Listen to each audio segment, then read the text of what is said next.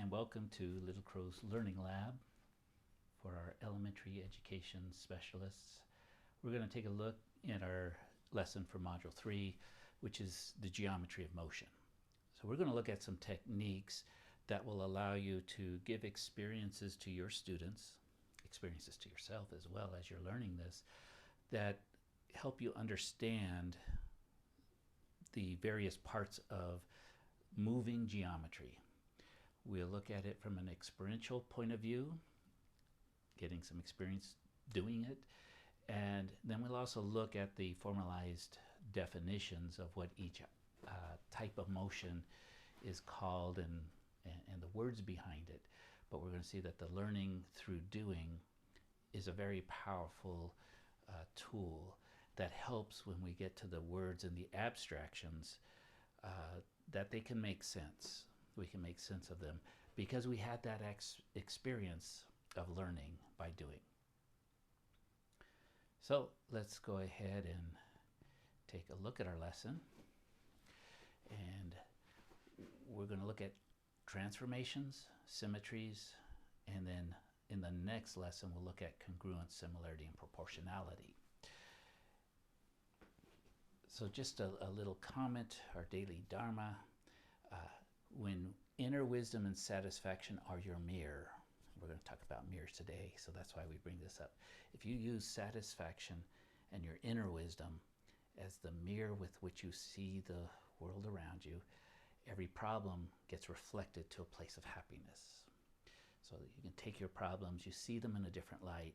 You can see them as challenges that can be overcome or challenges that have to be lived with. But if you go from your personal satisfaction, that satisfaction comes from inside, then you'll always find the way to happiness.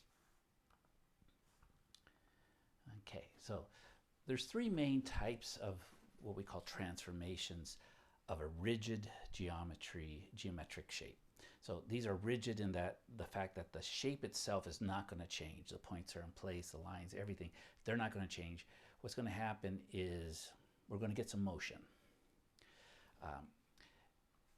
Now, reflections themselves, I don't really think of it so much as motion, but what happens is it reflects around a mirror when we look at a mirror. So in a sense, it moves or appears to move to a location through a mirror, but the shape itself does not change. Translations are we take that object, and this is where I really think of the motion that goes on.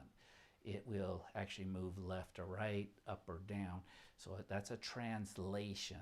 We're translating something from here to over there, and motion is definitely involved. And finally, rotations. We set a point, and sometimes it's in the middle, so then we rotate around that point. It could be a point on the outside, so then it rotates around that, or it could even be a point further over, and then we get rotations around that point. So let's get some experience with this. Here's an app. It's called GeoGebra. It's a nice online free tool where people can make these type of applications. Now, someone did some programming to make this particular application for us, but there are a lot of them that people have made, and they're freely available. So let's just click on this link, and what we're going to do is make it a little larger so we can see everything. There we go. And we can do rotations. And the nice thing about this is if we take this little button, make it look like my finger has power, right? And we can move it, and we actually rotate around this center of rotation, right? And if you rotate it far enough, it lands back on itself. Now, that's one of the things we call rotational symmetry. You might remember from your algebra courses, there was some talk about, if you took it, some of you would have taken college math. So, but in algebra, we talk a lot about symmetry about the origin. And so that means around this point that there's rotational symmetries. Okay, so this is symmetry about the origin. Okay, we can rotate and it ends up back on itself. And again, you can also move this point and just kind of get this experience with, sometimes it was moving earlier, but you can always reset it. Well, usually when I find if it doesn't work, I can reset it. And again, if you move the point out, you notice it keeps this rotational in relation to the point. Actually, I can move the object to the point, and this is what I wanted to show is if it's on the actual object, it kind of rotates around itself. So if you can't move the point of rotation, move your object. Okay, so that's that. You can explore with reflectional. So just move this point down, and here's a reflection. So the object has been reflected over this line. And again, you can move the object, and you see as we get closer to the mirror, the reflection becomes closer, and you move it back, the reflection moves equally, and there's sort of like these perpendicular lines, whatever this is 1, 2, 3. Notice 1, 2, 3. The reflection is the same distance on the other side of the mirror, of the line of reflection. You can also play with moving the line around. So you say you want to move it horizontally 1. What I found is you move the top one over there, and then you can move the bottom. So you can move the top and bottom separately, but not together. But you know, you can make it happen. So let's move it closer and see what happens. And you see now it's one distance. So you can play around with this, you know, line of reflection, how it looks differently as you do that. Just a place for exploration. Enlargement, now we don't have activities that do this, but we can enlarge an object, and if you've done some kind of drafting or artistic drawing, oftentimes we use lines like these to get perspective on an object. And so you can see, you can make an object smaller. You know, here's 1 to 1. Make it smaller. As you make it larger, you enlarge along these lines. Okay. You can move where the center of enlargement is, like if you move it to the middle of the object. There we go.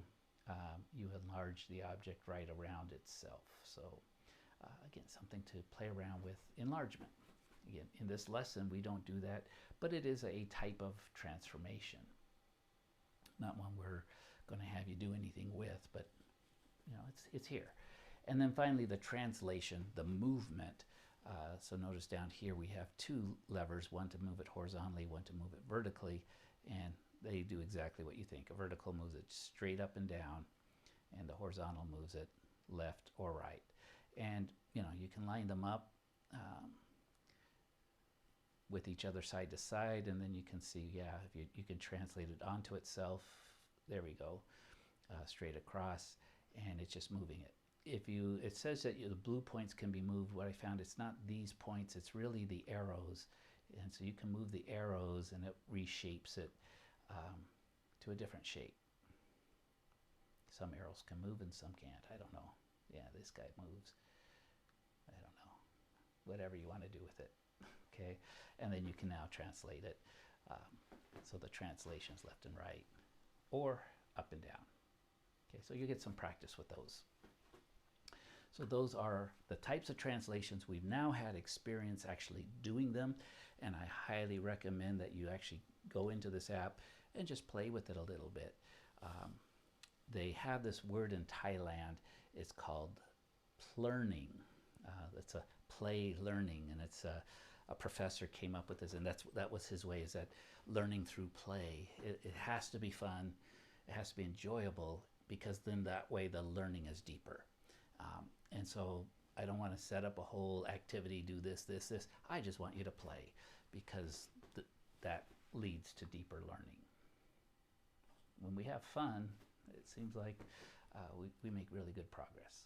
Okay, so now it's time to look at some of the definitions, verbal or written definitions. So we've heard it, we've done it, we've played with it, we've seen it, we've had this great experience with our senses.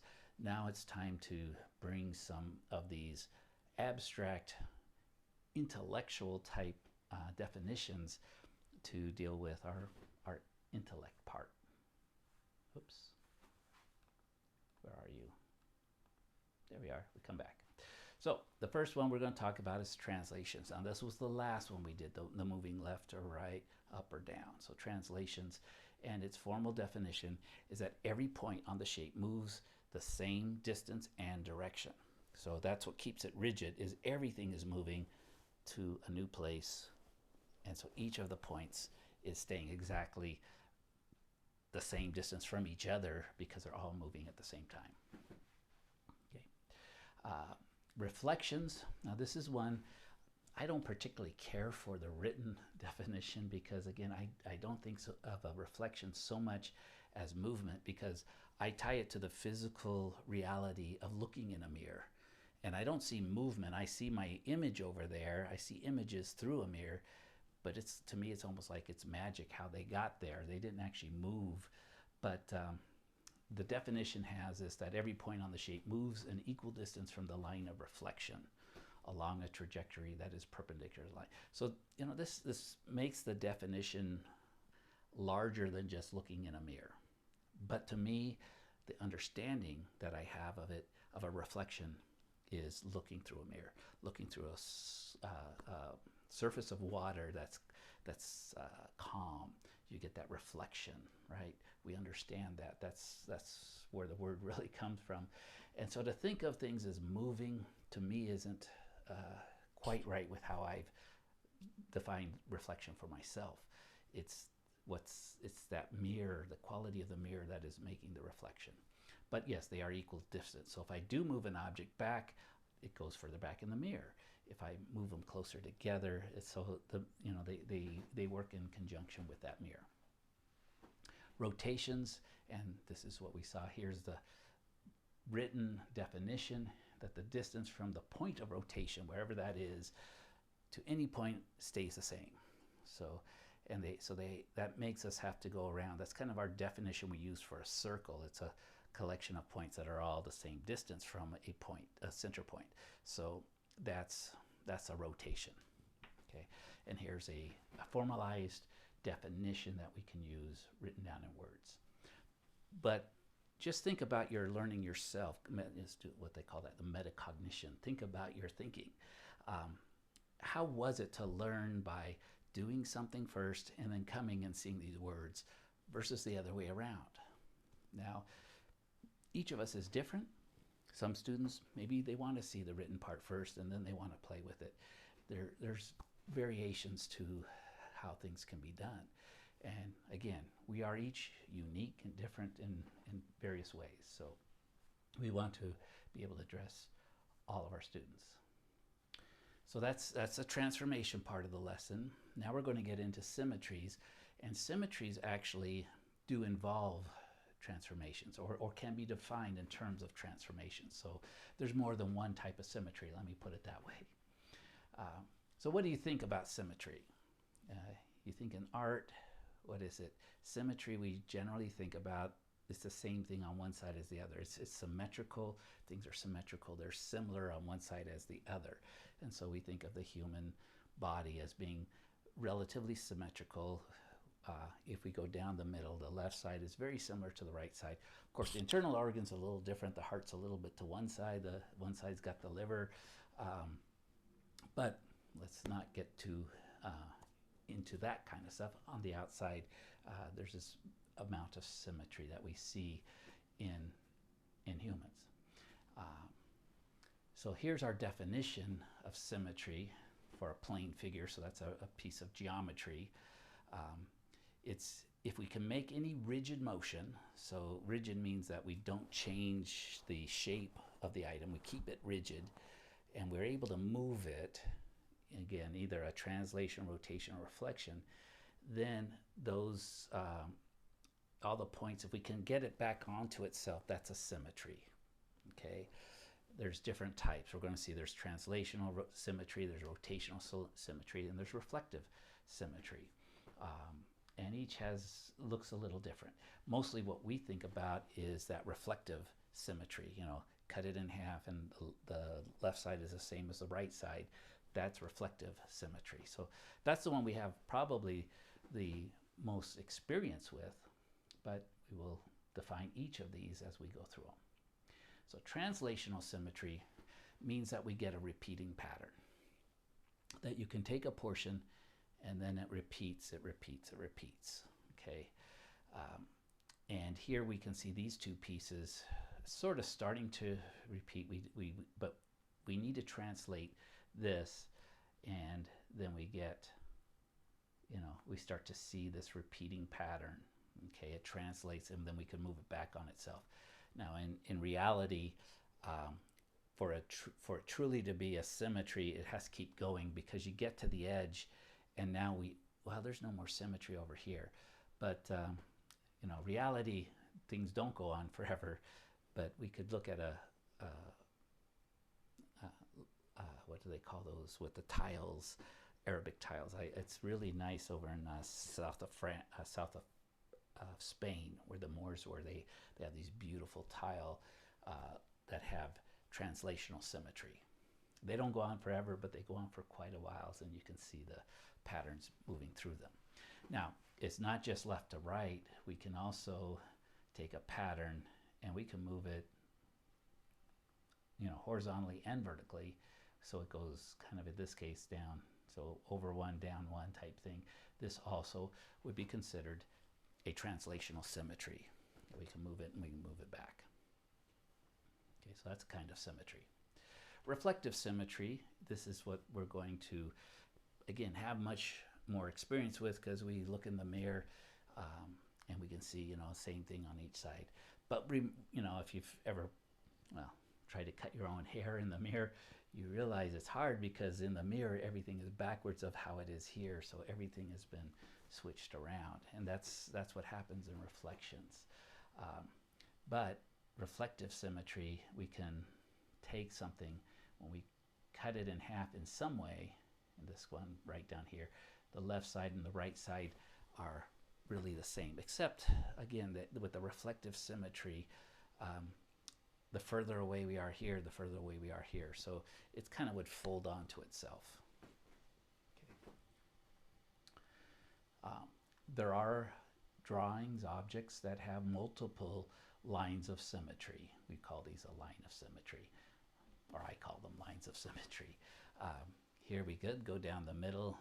We can go down, I guess, the horizontal, like x-axis, and then we have these two here. So it has really 4 lines of symmetry, of reflective symmetry. Okay. And finally, rotational symmetry. We can take an object and move it around. It can rotate from 0 to 360. Now, again, if you go over 360, you can keep going in a circle, right? But this one we're going to call, because there's 4 legs out here, it's got a 4-fold rotation. Because the last one gets it on. So there's 1, you could get 2, 3, and then the 4th one gets it back to itself.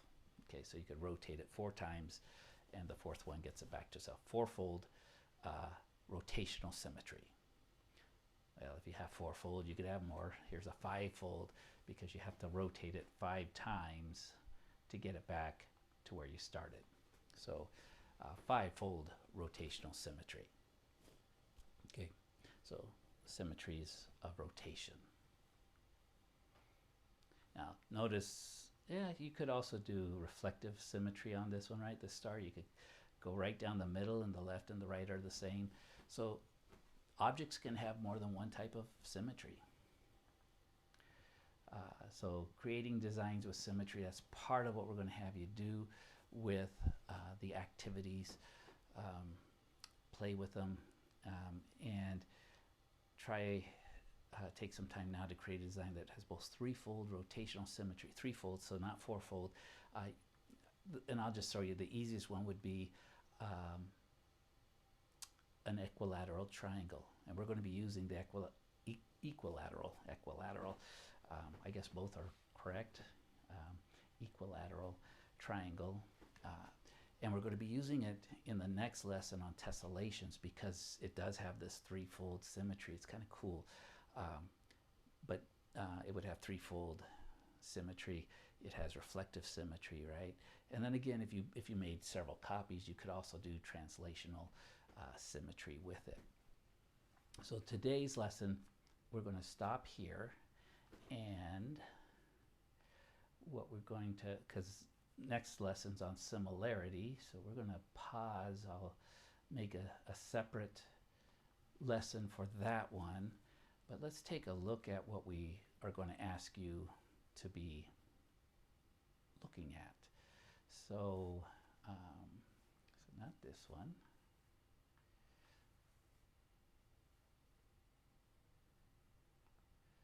Let's look at, I guess we did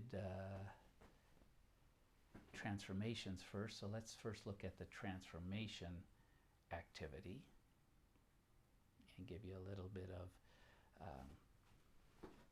what we're going to do here. So there's, I don't know what, there's 8, how many questions? 8, 9, where you're given these drawings and we're told that there is a rotation, and then in this case we want you to find the center point of the rotations and then figure out how many degrees it would take to do this. Now, could it be possible for there to be more than one center of rotation? Well, I guess so, but use that idea of, well, it has to rotate. How do I get this back onto here? So what these are trying to do is take the ideas from that applet we used of moving things around and see if you can apply it now to a particular situation. And you know, and so what I wanted to show you is on here they're all in Word files, and it's kind of cool because you can I'm assuming you have access to these draw features. They should be there, and then that way you can, you know, put your point. I don't want to give it away, so let's say, oh, I think it's over here. I can, with my mouse, just kind of draw in that point, and then I can maybe, if I wanted to, say, oh, it's got to go 270 degrees. See, I could even draw with my mouse, sort of. Okay, or you can print these out and do it with paper and pencil. But the nice part of it here is you can go about using the drawing tools. Some of this is, you know, we've got a reflective. Where's the line of reflection? So, you know, oh, it's about there. I don't know. Maybe I'm right, maybe I'm wrong, but you can just draw them in. The other thing you can do is they have these, under insert, you actually have shapes. So one of the shape is a line, and so if you wanted to be a little nicer, you could say, okay, let me draw an actual line here, and then you can change the color of that line. You can change the thickness of the line. I think this is thickness, isn't it? No, that's color. Oh yeah, down here you can make the weight of the line thicker if you want. Then you could change it to any color you want. It didn't seem to make it any thicker. Let's go with this one. There we go. You have to double click, I guess. So you can do that. So you've got these drawing tools. I wanted you to kind of explore with those, and we'll see. I'll show you the other one, how you can use some of these other shapes. Okay, draw the points here if you want to do it right into Word. So that's your activity for today's lesson. There's one more. Let me pull that one up. The other one we want you to work on is, just a moment, symmetries. Here we go. Bring that over. And so when we have you dealing with symmetries, so determine the symmetries of a square. So this is a nice one where you can actually insert, come over here, insert, and then go to shapes. And then we've got, it's really a rectangle tool, but just be careful as you jumped up on me. Notice it's giving me our width and our height, so I just want to make it, let's make it a 1 by 1 inch. Let's see. So I'm close. It's probably close enough, but that's even better, 1 by 1. So there it is. If you want to, you can leave it colored, filled in. If you want to not shade it in, let's see, here we go. This little thing here, the little pour thing, that's your shading. We could turn the shading off or turn it to white. Then we've got an outline, and you can deal with it. And then you could put the folds in here if you like. Again, you go back to insert, and this time let's go to insert a line, and I'm going to put one of the diagonals in like this, and kind of, again, oh, this bottom one's not quite right, so I can grab the point and move it to where I need to. Oh, now this one doesn't look good. Let me make it as, yeah, close enough. Okay, and then let's change the color, so something like that. So you can use the features of Word to be able to answer these, do some shapes. You can also just print this out and write on it and then upload it as a PDF. Okay, so what kind of symmetries are here? So those are our activities for today. Look for the next lesson. Let's see, we don't need to save that. And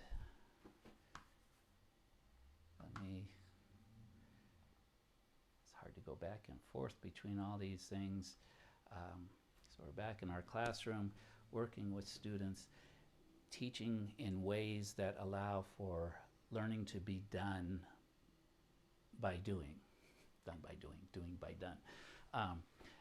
Letting students learn by actually using things. And again, when we get back together and we have face-to-face instruction, that's that powerful thing, is we influence each other's with our positive energy as well, but then they can actually pick up things, pick up geometric shapes, move them around, and that's really what makes things richer and deeper learning. The tools we use online, they're what we're using to get by, and we learn in a different way through them, and we continue to use them as we need to. But so do those lessons for today, and then look for that next for Tuesday's lesson on the second part, dealing with similarities. Okay, thank you very much.